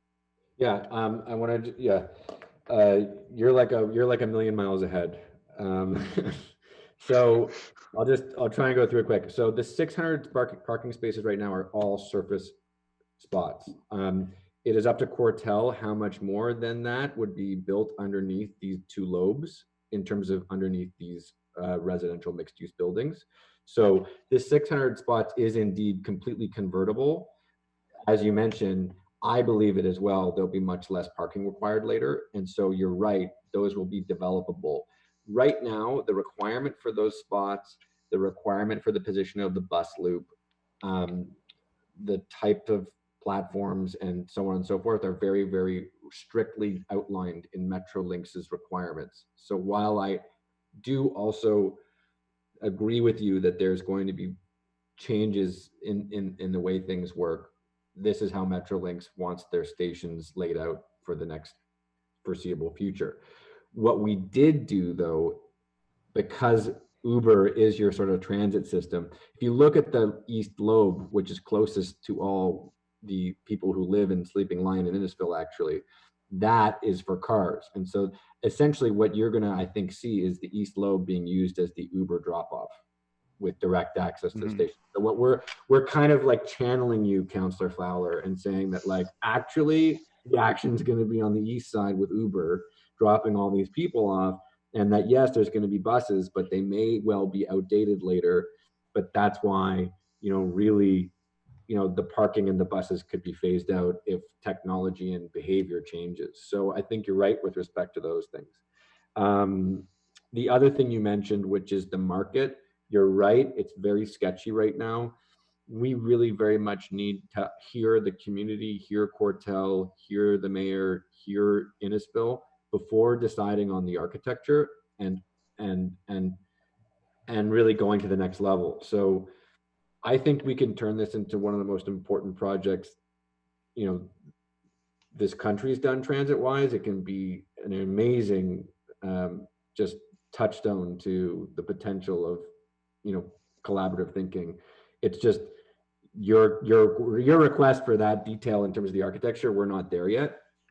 But I promise you that if I get the support from the community and the developers and the planners in charge, that I can take this to the next level, and we can really decide what those markets or retail integrations are and how that would influence the architecture, and whether it's informed by Market Hall in Rotterdam or not is to be TBD. But I hear you loud and clear. Thank you. And I just add quickly, Councillor Fowler, that that Simcoe County does have their transit links, but also go buses go up and down Yonge Street, and I know that they all already access Mapleview and Bradford. So I'm assuming that Go bus would also want to access the station as well. So there would be some bus service in there, even in the short term when we're still using Uber for our transit system. Next I had Councillor Nicol. Thank you, Worship. I know Mr. Kane mentioned at the beginning, does this align, the usages and what's missing? And I guess maybe I'm still vehicle dependent, and I'm just questioning a couple of concerns over the functionality of the roadways, the access to the station and to the lots, and the underground parking as well. I'm wondering, is it not better to overbuild the 600 spots? I know it was said 600 and then 1,000 at one point. Would it not be better to overbuild those spots rather than to need space afterwards and be able to reclaim those? And the only other comment I had or question was, is there a full redesign required for the sleeping line development now to mirror the new vision for the orbit? Alex? These are very good questions. The future of parking, the future of a lot of things is being discussed tonight. And I think the opportunity to engage experts and create discussion groups within the Orbit group in general to discuss how these things will be dealt with from a municipal guidelines, bylaws perspective moving forward is a real opportunity. I've brought this idea to the table that maybe we could collaborate with MIT Sensible Cities Lab to discuss the future of parking with respect to your question about overbuilding in the short term, to make sure that those spots can easily just be converted out if we need them or don't need them. I can't, as an architect, pretend to be an expert in these things. I can have faith that we're gonna, really move forward as a civilization and embrace technologies in responsible ways. But I can't make the laws or the policy without expert, collaboration. So I think we do need to take these things seriously, because they have a cost on development, right? Like the more you drive down in the ground and the more earth you're taking out of the ground, the more expensive it is, but you also have to put that earth somewhere. So, I think we need to be careful about overbuilding in the short term to accommodate for the future. So that's one response there. And then with respect to, the other one, which was, I've lost my train of thought on the other one. It was, maybe you can repeat the last question quickly. I guess more, it may have been to town staff, but just if there was a full redesign required for the sleeping lion to. Yeah, okay, yeah. So we are working with Cortel and Quadrangle being one of the most respected firms in the country, on what how they're going to be integrated, how the existing and this is true for Rizzardo's properties, also to the north. And if Tricia goes back to the beginning of the slides, Tricia's been working really closely with Mike Bissett from Bousfields, all the Office of Planning, Cortel, Rizzardo, to if you go back earlier, Tricia, you can kind of see the lines of the roads and stuff like that. Yeah. So these areas in this drawing are not up to date, really. So these integration points and the shape of this in terms of Sleeping Lion, this is all being talked about right now. Like how do we integrate these roads here? Because this is already built, it will be really important, I think, for the quality. Well, first of all, for the credibility of the group and the city and the developers and everybody else, the quality of the architecture and the ideas as elicited by the other questions, but also the integration of this, I would call this like the first phase, which includes integration. I don't know why I'm using purple today, but like this, like there's certain aspects of this that are already built or planned, right? So we need to integrate really well.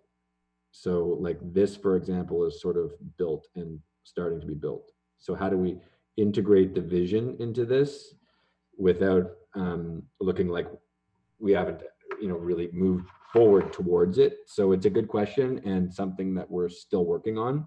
And, the fact that you brought it up just again heightens the awareness of that we need to hit this for the 24th of June. Thank you. Next, I had Councillor Van Berkel and then Councillor Ices. Thank you, Your Worship, and thank you, Mr. Josephson, for your presentation. It's certainly an ambitious project. My question is, I actually have a couple of questions. One is, how much input does Metrolinx have in the design, and can they, change the design, or can they say, no, we don't want this, we want something different? And my other question is, as the orbit is built out, it's east and west of the track, and we're talking about walkways and bicycle ways. Will there be overpasses or tunnels for bicycles, for pedestrian traffic to get from one side to the other? If we're going to build restaurants and coffee shops or whatever, I'm sure they're not going to be on both sides. Will there be access safely to both sides, east and west of the orbit? Yeah, I think Tim could answer the Metrolinx question.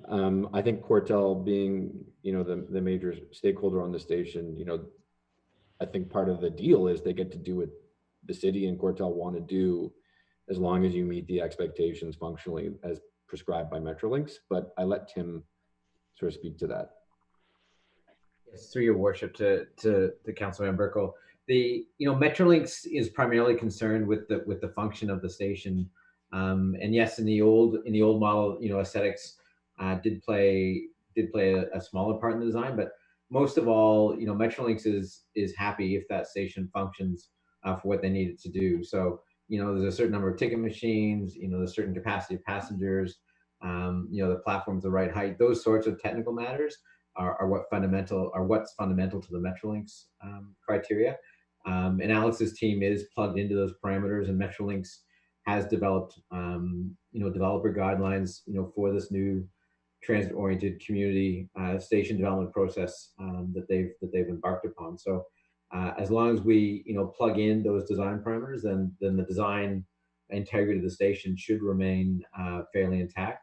And it's helpful that we're going through that process now. We've had one kickoff meeting with a similar slide deck to Metrolinx, and they're quite supportive, and they're going to dig into the detail moving forward to make sure that they are able to operate in whatever design Alex's team comes up with and whatever Cortel is able to construct.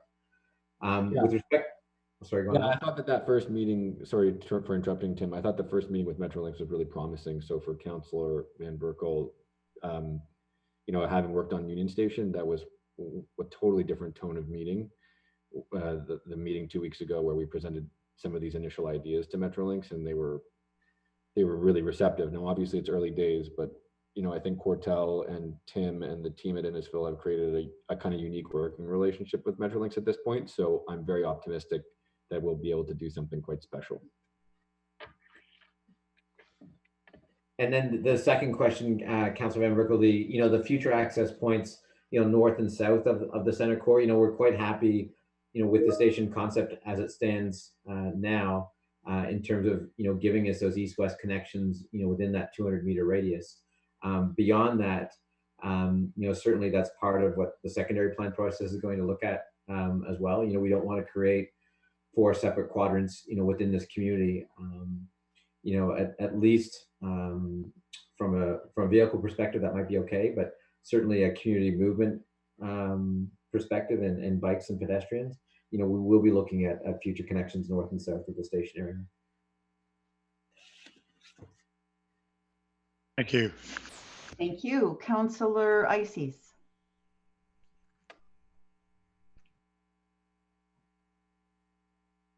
Thank you, Worship. Yeah, very, very interesting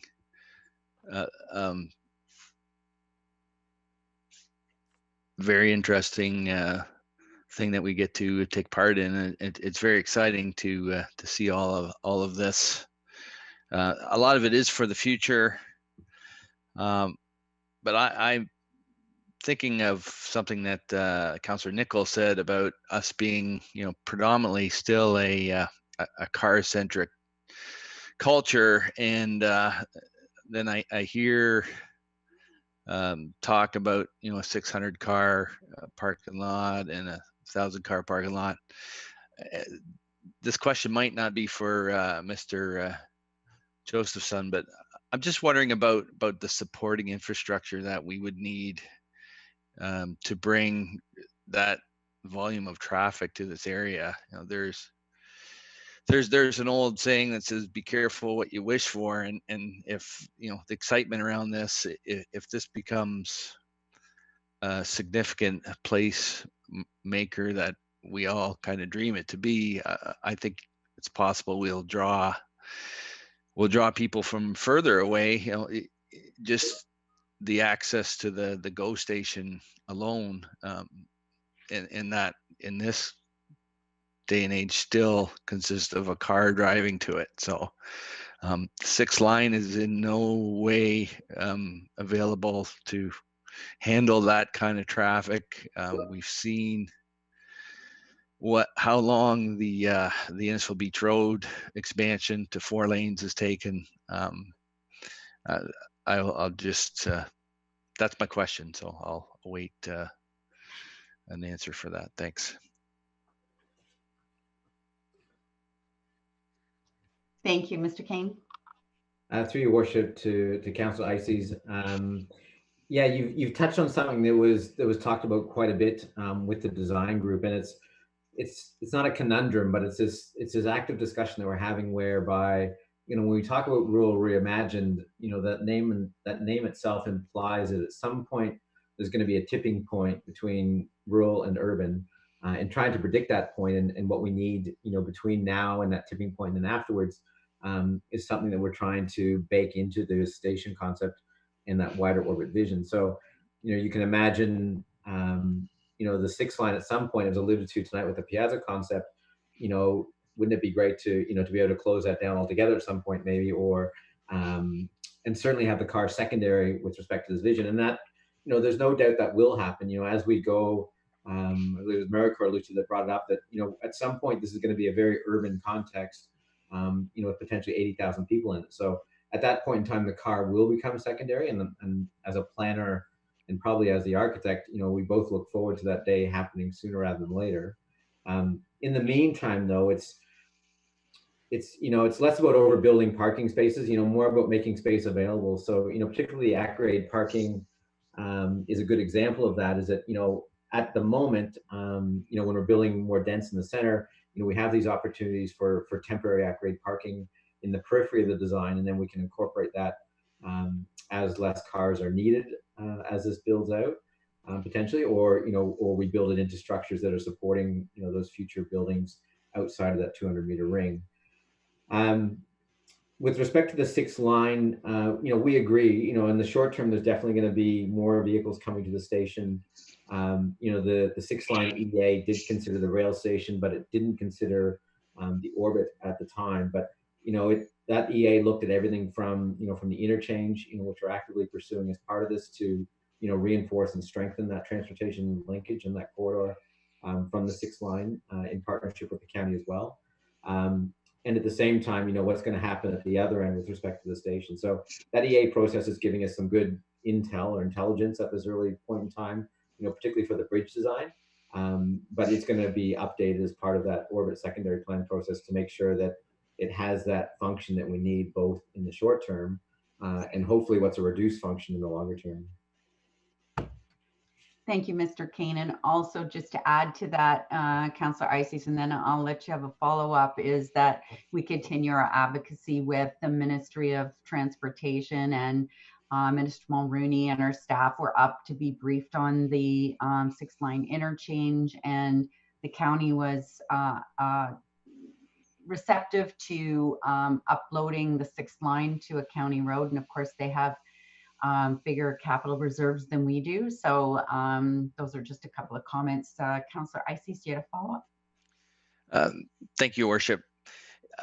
I know that is the future vision to be without the car, but that's still years away. And we've seen expansions to cities where the expansion happens. I think of the retail section, South Barrie and Mapleview. The stores get there before the roads are in any shape to handle the traffic. So I'd like to think that we could plan for that a little bit better, and I'm happy to hear that there has been some discussion on how to improve the traffic into this area. But I just think it's important for us to push that forward. If we are committed to this project, as it feels, the excitement level is growing just from this hour that we've spent together. It's a shame when proper planning isn't done to support it. So that would be my concern. Thank you so much, Councillor. Now I have Councillor Waters, but before I go to him, if there's anybody who hasn't spoke for the first time before I go for a second round, Councillor Orsatti. Thank you, Your Worship. I think there's been a lot of good dialogue from council members covering everything. I think the biggest thing that sticks out for me, and I'm sure for all of us on council, and is probably especially our Deputy Mayor Davidson, is the quote of the financial and market consideration. And there is a lot of excitement for the train station itself. I think the next phase of going to the commercial sector, I think that the market consideration and the changes that will be coming as a result of COVID and future markets will certainly direct any changes I'm sure to the design, especially as one of the topics that John spoke about. I too, when you travel to Europe, Italy or England, the train stations are very successful, not from big stores, but from smaller scale coffee shops, supportive systems, small exercise. That's what works in very heavy volume traffic, in being successful and managing market fluctuation.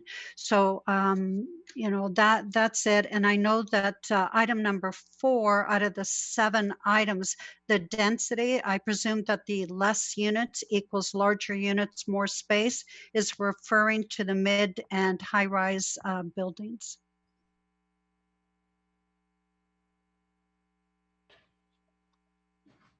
Mr. Josephson, did you want to talk about the density? Oh, yeah, sorry, Your Worship.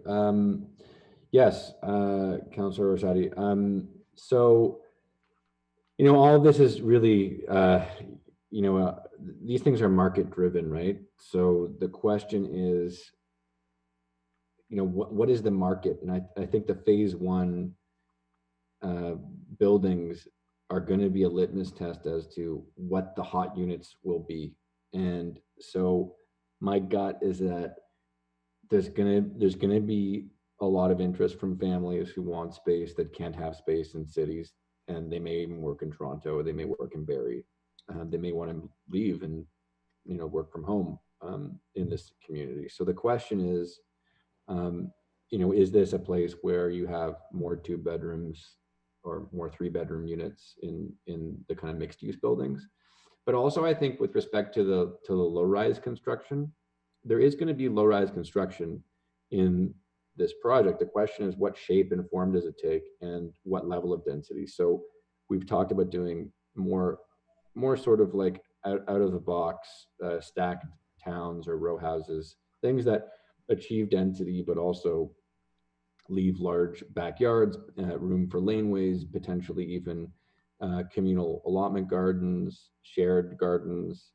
You know, we're trying to walk a fine line where it's like, you know, the traditional market in the neighborhood's been single family detached. Can we enhance that with you know, other kinds of denser or versions of gentle density, but also higher density stuff at the center? And what difference does it take in terms of the unit mix? You know, Toronto, for example, is highly skewed to 1 bedrooms, 1 bedrooms, dens, variants of 1 bedrooms, you know, and bachelors. Then you've got 2 bedrooms, 3 bedrooms are being mandated in Toronto. So their quantity is more like 1 in 12.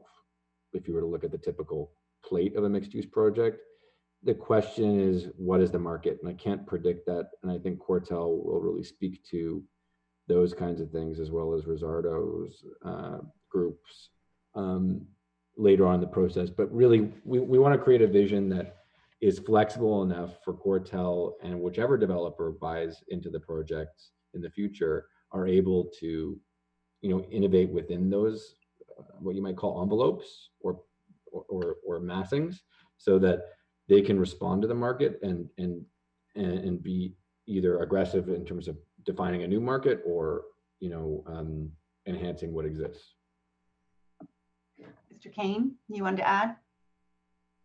Yeah, just briefly, Alex just touched on at the end there, is that, you know, there's 2 things. There's responding to the existing market that we know is, you know, is critical for the success of the project, and there's also, you know, that ignition factor that we talked about in creating the new market, which, you know, I think not new market town, a new market, you know, that I think we probably introduced as part of the Orbit Vision back in November. So, you know, by having that ignition factor, you know, can we differentiate ourselves and create that new market that Alex talked about? So I think it'll be a combination of those 2 things. And, you know, with respect to unit types and ideas, you know, that we want to look into, and, you know, it could be, you know, even flexible floor plans within buildings. So, you know, where you have 2 smaller units side by side in a typical fashion, you know, if, for example, one was rented and one was owned, and you had to turn over that rental property, then that would allow that, you know, that first unit to expand as their needs expand with a growing family, for example, and take over and own that second unit. So those are all things that, you know, we're gonna think about and talk about, you know, throughout the design process.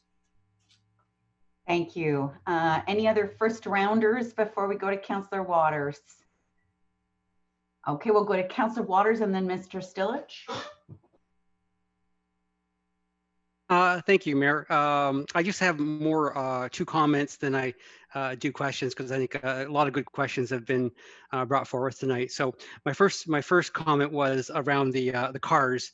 The problem with places down in Toronto, and we still use the cars, is because transit can't handle that existing onslaught of cars right now, because it was never planned to. So in this plan is that I hope, and I'm sure that they're all Tim and Alex are quite aware of this, is that, you know, we've got to build that transit into here so it can grow over time, so we get reliance on the car.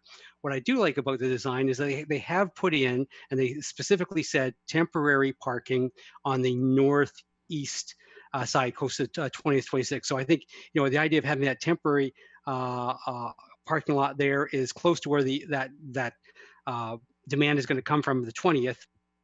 it can easily be built in, but at the same time, as this plan grows and that urban transit that we've planned into it takes place, is that they will be slowly eaten away at in terms of they will slowly disappear. And then under those buildings, they talked about the underground parking. So, I think the plan allows for that current demand to continue using the car, but can be taken away as the infrastructure and the buildings get placed in and underground parking is allowed there. So that was my one comment.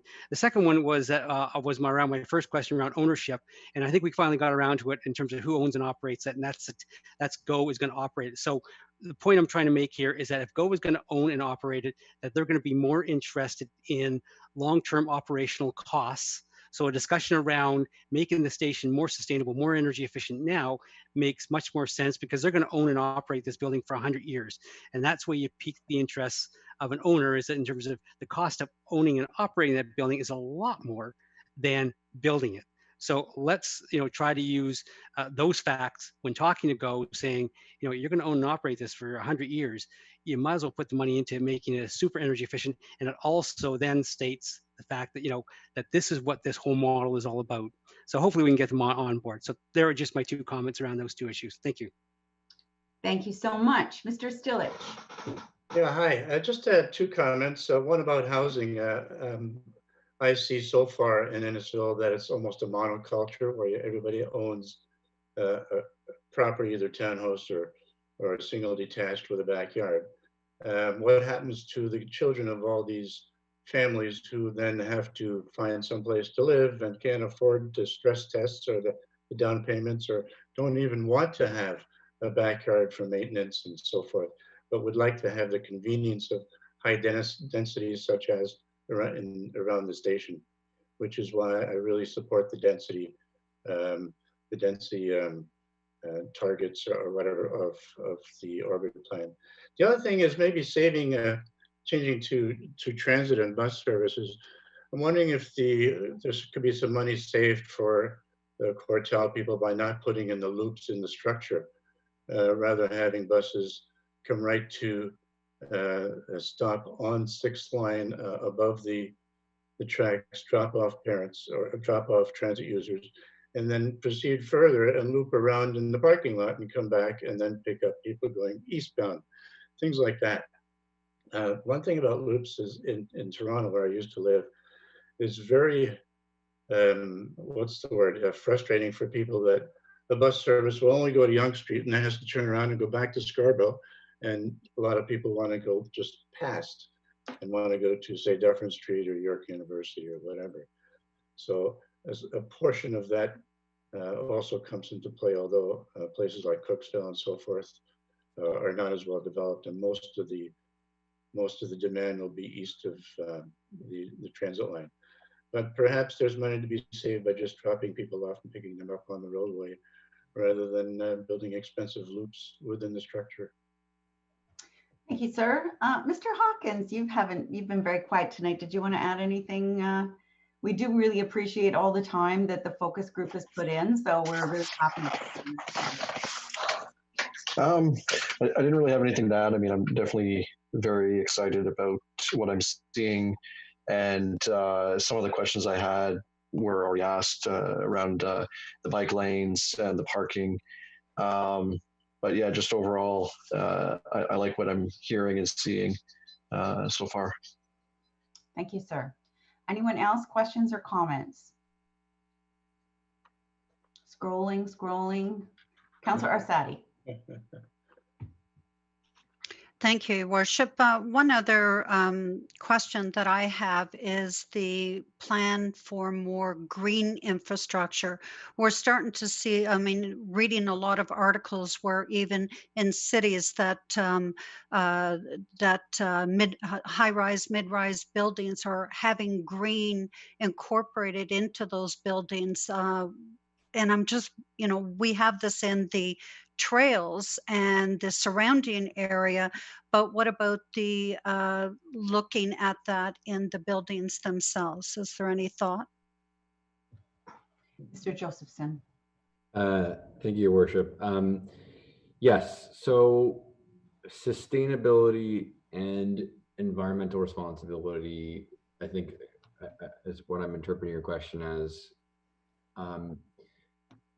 So with respect to the station's actually being built by the private developers, not Metrolink. So the cost of it's being borne totally by the group of private developers building it. So it's going to be, I think that the sustainability plan really needs to be fleshed out. Right now, we're showing a beautiful wood kind of canopy. We think it could be a mass timber structure, for example, made with like beautiful wooden glue lambs. So we think we can do a building that really speaks to the kind of local materials that we hold, true to our hearts in Canada would. I think that really the sustainability plan is also about industry and what kind of local businesses we can bring to the orbit, and especially Highway 400. We spoke about accessibility of cars and 6 lines viability. There's no cloverleaf right now. They're building a mass timber plant in St. Thomas, Ontario. There's no reason you couldn't build one in Innisfil and really leapfrog communities like Toronto that don't have these kinds of infrastructures yet, and you could really push those technologies. But it's really about supply, and I think encouraging businesses to come to Innisfil that will help integrate sustainable technologies in terms of building is one technique that I think economic development needs to be really involved in. So I think that building architecture isn't just about saying like, okay, we're going to put triple glazed windows on all these buildings and we're going to, use carbon sequestered concrete. Like there's all sorts of technologies we can use, but really I think these things need wholesale integration into the community. We need the businesses that are building the windows or building the structural elements here. We need factories, we need jobs. There's also a big component to this, which is almost like nerding out from a bylaw perspective. Our building codes are driven by very, very powerful lobbies. And, I've had this discussion with many people at Innisfil as well. The ability for Innisfil to build its own custom bylaws that really take the exceptions to the code that other communities have done around the world, including Toronto, and codify them into a series of bylaws that builders can right now use. For example, building lightweight stick timber mid-rises on top of concrete podiums. It's not allowed right now, but they're doing these projects experimentally across Ontario. It's not allowed by the code because, concrete and steel industries have prevented timber from being able to go to 10 stories. And so there's a lot of things that the community may not really be aware of that are really built into building practices that we can really move the dial on just from a policy perspective. And so I think that there's a number of answers to your question, and it's another one of these little focus groups that just some very subtle things can move the dial a big way. And Barry Vickers at the city staff level, who's the chief building official, will be central to a lot of these sustainability points. And I think, again, back to what Councillor Waters was saying, Councillor Orsatti, is we really need a phased approach, but also a modular approach. Take the standards that are out there and poach the best parts of them and leave the parts that are clearly driven by industry lobbies in the dust.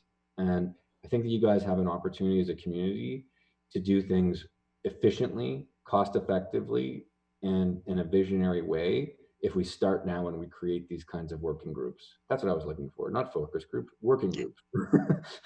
Okay, and sorry, just a part of that though was the buildings that they're designing and copying a lot in Europe is where you see new condo developments, and on all the balconies they have trees and plants that incorporate down a whole side of the building. So for those who are living in a condo that don't have a yard, they need that connection to the green space. So that green space is part of a living building. So I know we're a long ways away from the design, but it just seems to be a direction that many are going incorporated when you see build designs for the cities. I Yeah, think where we were going with the terracing, was it not, Mr. Josephson? But I'll let you finish, then Mr. King. excuse me, your worship and Councilor Rosati. Yes, we really are interested in, and that's why we're sort of like showing like green floor plates in these images. We really are interested in how green and the agrarian pastoral aspects and heritage of Innisfil integrate into the architectures and inform the architectures, not just from a shape perspective, but also, again, like what you're saying, integrated planters, integrated allotment gardens into these mid-rise buildings potentially. And, you know, we hear you guys tonight loud and clear. I think there's a lot of people who are interested in this. And, you know, I think that there is a lot of, I think there's open ears on the side of the developers for how we can do this. And there's examples from around the world of how it's been done cost effectively as well. Thank you, Mr. King.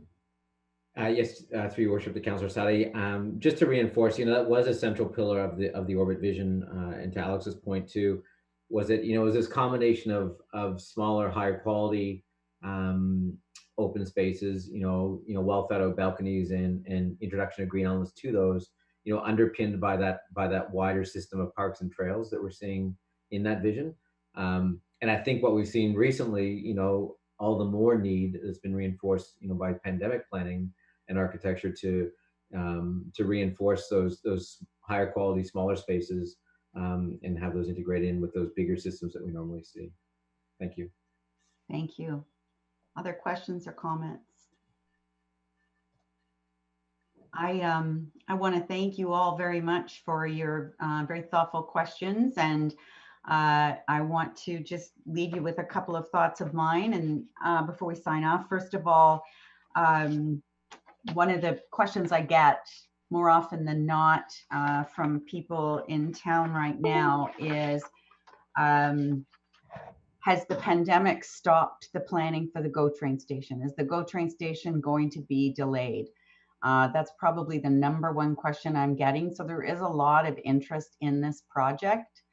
I thought a lot about the user experience, as Mr. Keane told us to, and when Ms. Councillor Waters was talking about Bradford Station, and you know, you take your life in your hands there. You have to run across the tracks before the train gets there, and hope, you know, especially if you're running late, it gets a little hairy there at times. But I also look at Union Station. I mean, there's lots of comfortable open spaces to sit while you're waiting. But when they tell you what track your train's coming, you all bunch up onto those little stairs going upstairs, or crowd into that crowded elevator, and it'll be, no offense, Mr. Josephson, I know you worked on Union Station, but here there's nice, comfortable trackside places where you just simply get on the train without having to go up. So I think there's a lot of really good things. The other thing, as Councillor Sadi was getting at, was pre-COVID, I kind of was iffy on the terracing, and now I see it as so imperative as part of that. You know, if you're self-quarantining for 14 days, it'd be really nice to be able to walk outside and have the rain fall on you. So a lot of really good work here, and really appreciate all the input. So I would then thank everybody again, especially the members of our focus group that were able to attend tonight, for Residents Focus Group, for being here. And I'll ask for the item #4, the Orbit workshop presentation, to be received as information. If I could have a mover and a seconder. Councillor Payne. I thought I saw Councillor, I almost saw a seconder as Councillor Kane, but you had something you wanted to say. Yes. Sorry, Your Worship. Just before we finish up, I wanted to offer to Council, and in particular the Resident Focus Group as well, that in addition to the ideas that we've heard tonight, which partisans will continue to take away and integrate into that concept, is that we're willing to hear comments from Council and that Resident Focus Group up until next Wednesday. So, you know, we realize we've, you know, as usual, hit you with a lot of information tonight, and this isn't a simple project. So As always, if you reflect on this and you want to speak to myself or even to Alex for that matter, certainly we'll make ourselves available and receive any comments from both council and that focus group up until next Wednesday. So I just wanted to make that offer to the group. And then also as well, I wanted to thank everyone again, particularly partisans, and I'll ask Tricia, I'm not sure if she's gonna unmute her video, but I would like her to be recognized for all the work that she's done as well, for making this happen, and also to the Cortel group for the time and effort and resources they're putting into this exciting project. So thank you, Worship, and we truly appreciate the time of council and our residents tonight. Yes, thank you so much for that. And thank you, Alex and Tricia, for joining us tonight too. And I couldn't, you almost made me laugh, Alex. Mike McSweeney from the Cement Association, I'm going to send him to see you. He's one of the more relentless advocates I have ever had the pleasure of meeting. But anyway, having said that, I have a mover, Councillor Payne. I do not have a seconder yet. Councillor Van Berkel is my seconder. All in favor of the recommendation to receive, that is carried. And finally, confirming bylaw is moved by Councillor Orsatti and seconded by Councillor Ices. All those in favor?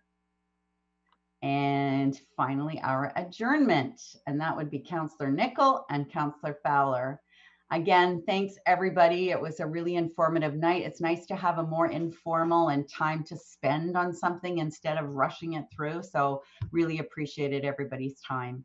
Thanks. And all in favor? That's carried. Thanks. Have a good rest of the evening.